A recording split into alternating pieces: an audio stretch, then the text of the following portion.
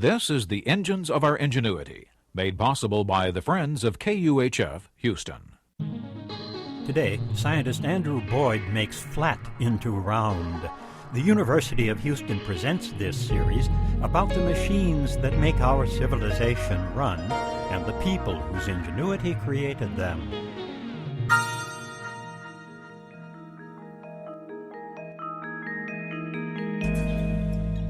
I grew up thinking Greenland was larger than the United States, so much larger that it could swallow our country whole and still have space left over. In reality, the United States is almost 5 times larger than Greenland. It was the popular Mercator projection used by map makers that made Greenland look so big. The problem stems from trying to draw a round surface on a flat piece of paper. There's no way to do it without squeezing and stretching the surface features in some way. But today, let's look at the opposite problem. How do we make something round from something flat? More to the point, how do we make baseballs, basketballs, and other balls used in sports? With today's synthetic materials, ball making isn't as difficult as it used to be, but many early balls were made from flat pieces of leather wrapped around an inflated bladder or solid core. This tradition continues in many sports. Theoretically, ball makers are as stymied as their map-making counterparts. There is no perfect way to make flat into round. But leather has some ability to reshape itself by stretching. As a result, flat panels can be stitched together to form a reasonable approximation of a ball, with forces from inside finishing the job, or at least almost finishing it.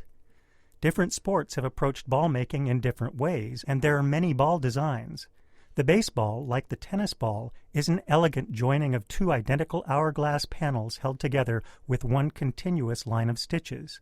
The volleyball, on the other hand, is a cube with each of the faces replaced by 3 semi-rectangular panels that allow the rounded shape to emerge. Altogether, the volleyball has 18 panels. The basketball is commonly fashioned with 8. Perhaps the most beautiful ball is the modern soccer ball, consisting of 32 separate panels, 12 regular pentagons and 20 regular hexagons. It's formed by taking a 3-dimensional figure known as an icosahedron, one of the 5 Platonic solids, and chopping off the corners.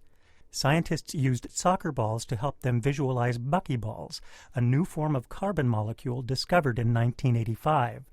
The 60 carbon atoms comprising a buckyball are arranged just like the corners of the panels on a soccer ball. The football is unique in that it's an approximation of a pointed prolate spheroid. This shape allows players to grip and throw the ball with more control than its spherical counterparts. It's made from 4 orange peel-shaped panels. Manufacturers even cast flat panels on balls they make from one piece of synthetic material. In part, this is paying homage to tradition, but it also affects the aerodynamics of the ball.